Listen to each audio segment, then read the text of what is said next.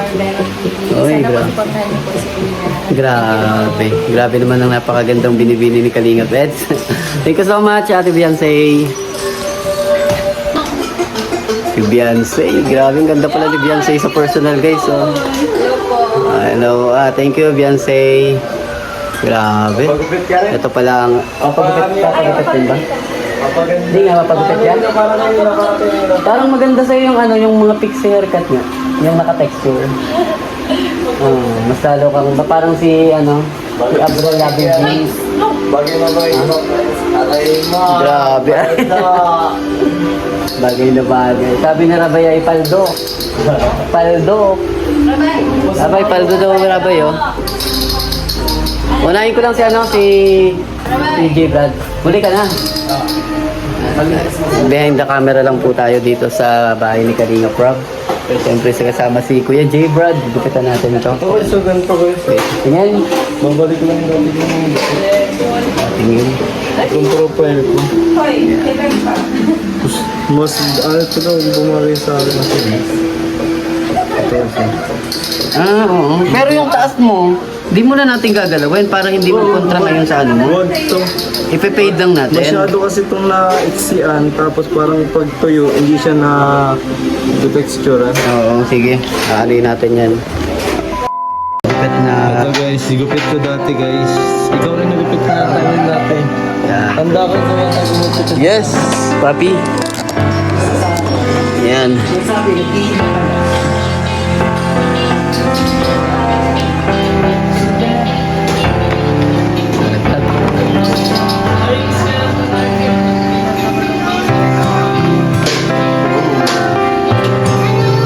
Guys, nasa likod natin ang ano, ang minamahal ni Edu.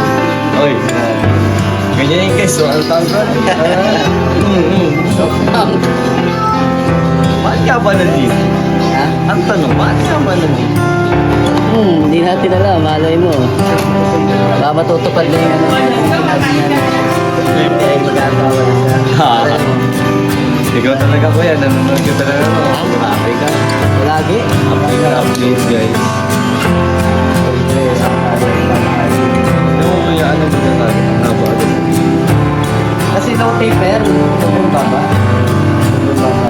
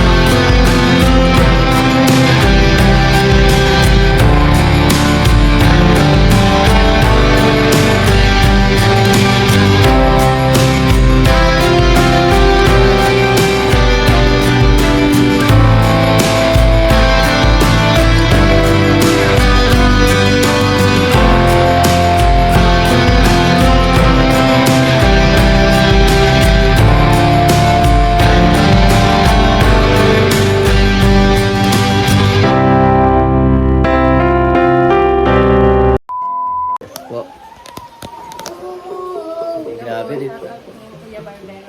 Oy, Sana grabe. po supportahan niyo po si Kuya. Grabe. Grabe naman ang napakagandang binibini ni Kalingap Eds. Thank you so much, Ate Beyonce.